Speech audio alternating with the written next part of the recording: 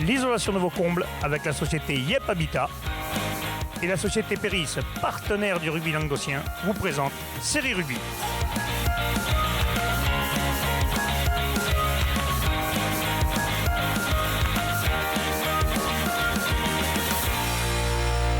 Bonjour mesdames, messieurs, bienvenue à Série Rugby, l'émission sur le rugby amateur de la 4e série à la fédérale. Vous le savez dorénavant, le jeudi c'est le MAG. Et aujourd'hui nous avons un reportage et une interview de Louis Carbonel, demi-ouverture du RCT, champion des moins de 20 ans avec l'équipe de France. Mais on commence tout de suite par le reportage sur l'équipe de Vendre-Lespignan qui évolue en Fédéral 3.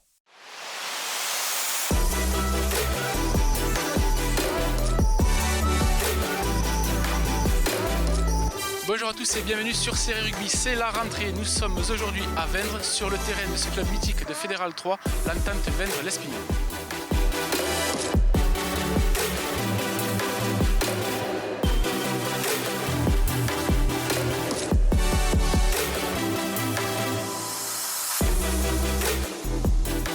On se retrouve avec Quentin Gracia qui va attaquer sa deuxième saison, la première officielle parce que l'année dernière tu n'as fait que 4 matchs avec l'Entente Vendre-Lespignan. Quentin, 18 ans, titulaire aujourd'hui à Andis. Comment tu te sens au sein de ce groupe? Là c'est mon premier match officiel on va dire, mais je me sens un peu... j'ai l'impression on va dire. Et les grands ils ont su bien m'intégrer on va dire et franchement c'est cool. C'est cool d'être dans ce groupe-là.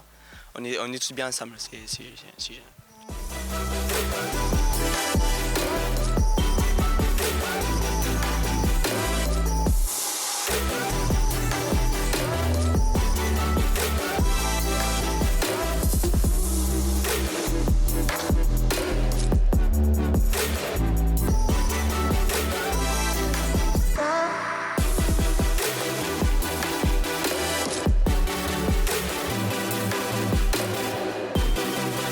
Les objectifs pour toi cette année-là?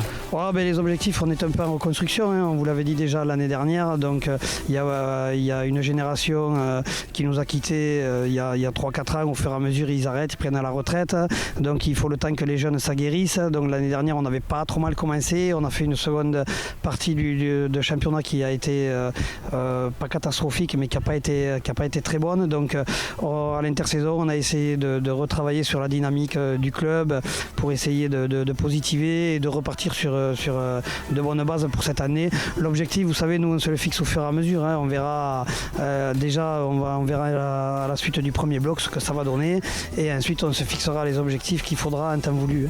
Voilà.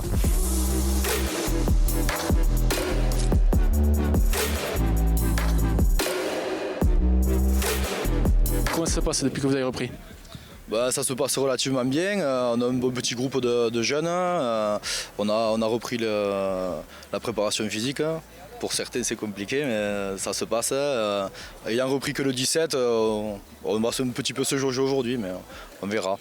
C'est votre premier et seul match de préparation.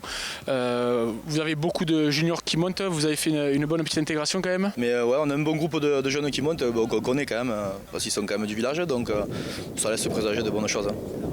Cette année, les ambitions pour cette saison?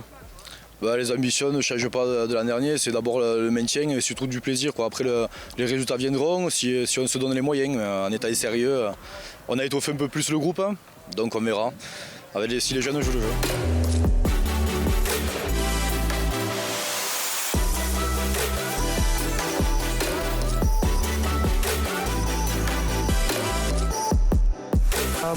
L'école de rugby, c'est donc l'association entre 3 villages, donc Sauvian, Vendre et Lespignan.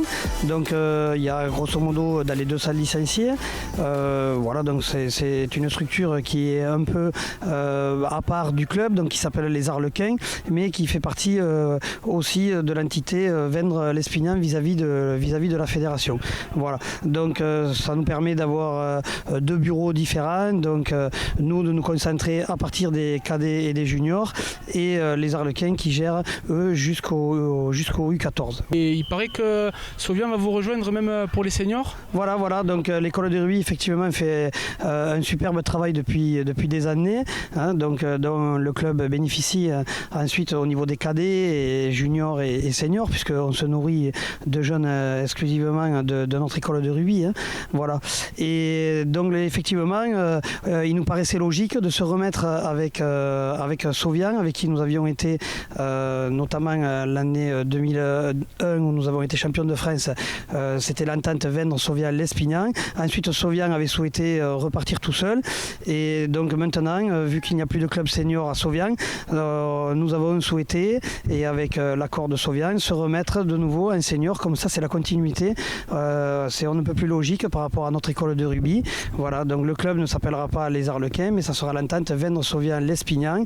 Nous avons fait la démarche auprès de la fédération qui nous a demandé de préparer tout ça pour être fin prêt pour la saison prochaine. Voilà. On voit qu'il y a de la vie dans ce club entre les enfants et les grands. Et il y a aussi une section féminine qui reprend cette année. Voilà, effectivement, aussi une section féminine que nous avions montée il y a quelques années. Et donc ensuite, certaines filles avaient souhaité arrêter, etc. Donc voilà, c'était un peu tombé à l'eau. Cette année, à l'initiative de quelques-unes, elles ont souhaité monter l'équipe. Et bien sûr, c'est un projet intéressant pour tout le club. Hein. Voilà, donc promouvoir le rugby féminin, c'est toujours une bonne chose. Et effectivement, comme vous dites, ça met de la vie dans le club. Et voilà, on est très bien au niveau des jeunes, des féminines. Voilà, donc il faut bien faire vivre le club. Voilà.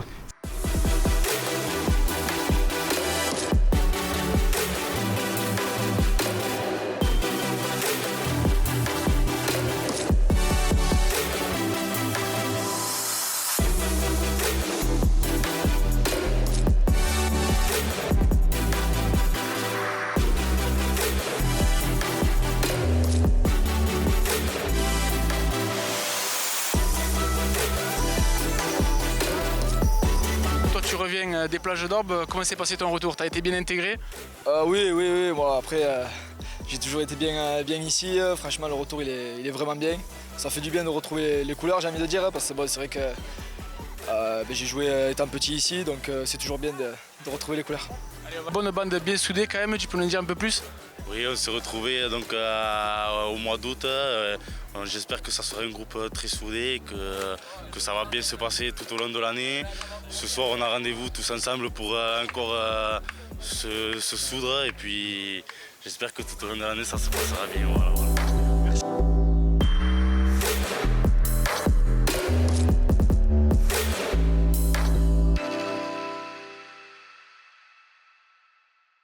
J'espère, mesdames, messieurs, que ce sujet vous a plu. Nous allons tout d'abord nous excuser auprès de nos amis gruissanais. Nous avions un sujet à diffuser sur le beach rugby qui avait eu lieu à Gruissan. Malheureusement, la vidéo est illisible. Maintenant, nous allons vous présenter l'interview qui a été réalisée au Rugby Beach Party à Leucate de notre ami Louis Carbonel, demi-ouverture du RCT et champion du monde des moins de 20 ans. Et donc à mes côtés, Louis Carbonel qui vient juste de finir de jouer, on n'y laisse même pas le temps de reprendre son souffle. Louis, c'est dur de jouer dans le sable quand même. Ouais, on s'enfonce beaucoup sur ce sable. Bon, nous, c'est notre équipe, on a l'habitude de faire la rugby, on l'a gagné notamment une fois. On sait que sur 2 jours, c'est très physique, notamment si tu sors un peu le soir pour regarder les animations. Donc ouais, vers ici, le sable est toujours un peu des dunes, donc on s'enfonce beaucoup et ça rajoute de la difficulté au jeu, mais c'est bien. Bon, c'est un bon entraînement de jouer dans ce sable parce qu'on travaille beaucoup sur les appuis, sur la recherche d'espace. C'est vraiment un rugby intéressant quand même.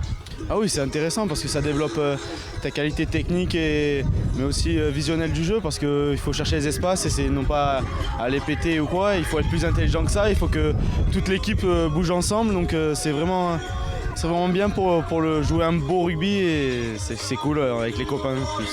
Bon Louis, on est obligé de reparler de ce championnat du monde quand même parce qu'on y était tous à Béziers pour vous supporter. Ça a été quand même une fabuleuse expérience, vous avez fait vibrer tout le Languedoc, même la France entière qui vous a suivi. Comment on sort d'une telle expérience? Déjà humainement, c'était énorme. Parce que je pense que si on nous avait dit avant qu'on serait champion du monde, on n'aurait pas pensé une seule seconde, même si on voulait vraiment le faire. Déjà on a gagné des copains un peu, on va dire, à vie parce que c'est pas tout le temps que tu es champion du monde, même si ça reste moins de 20. ça donne encore plus d'espoir pour ces joueurs parce que nous on a envie de montrer qu'on a notre place en top 14 donc, et voir plus haut. Il y a notamment, je pense, il y a le plus beau objectif dans une carrière, c'est jouer une Coupe du Monde en France. Donc c'est l'objectif, je pense, de tous les jeunes joueurs qui vont arriver dans le championnat ou dans les différents championnats. Mais écoute, en tous les cas, on vous le souhaite, hein, parce que forcément, on a envie de voir nos jeunes Français en haut de l'affiche, et vous avez montré sur ce championnat du monde quand même que vous en étiez capable.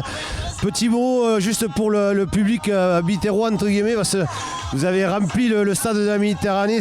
En tant que biterrois, ça nous a mis des frissons. Quand vous étiez sur le terrain, quand même, est-ce que vous avez ressenti cette ferveur qu'il y avait autour? Oui, on l'a ressenti. Après, quand tu es dans le match, en fait, tu le réalises un peu après parce que tu te dis ouais, c'est vraiment chouette parce que le stade de la Méditerranée, ça fait pas longtemps qu'il était aussi plein comme ça. Donc c'est sûr qu'on réalise après qu'en fait, il y avait un engouement énorme dû à notre jeu et à notre performance. Donc c'est cool. Bien Louis, je te remercie, donc je te souhaite bonne chance pour la suite et merci à toi, merci. Merci au public biterrois, j'ai oublié de leur dire. Merci. Merci mesdames, messieurs, j'espère que ces sujets vous ont plu. On se retrouve demain pour les matchs à venir de ce week-end. Transpirez bien sur tous les terrains.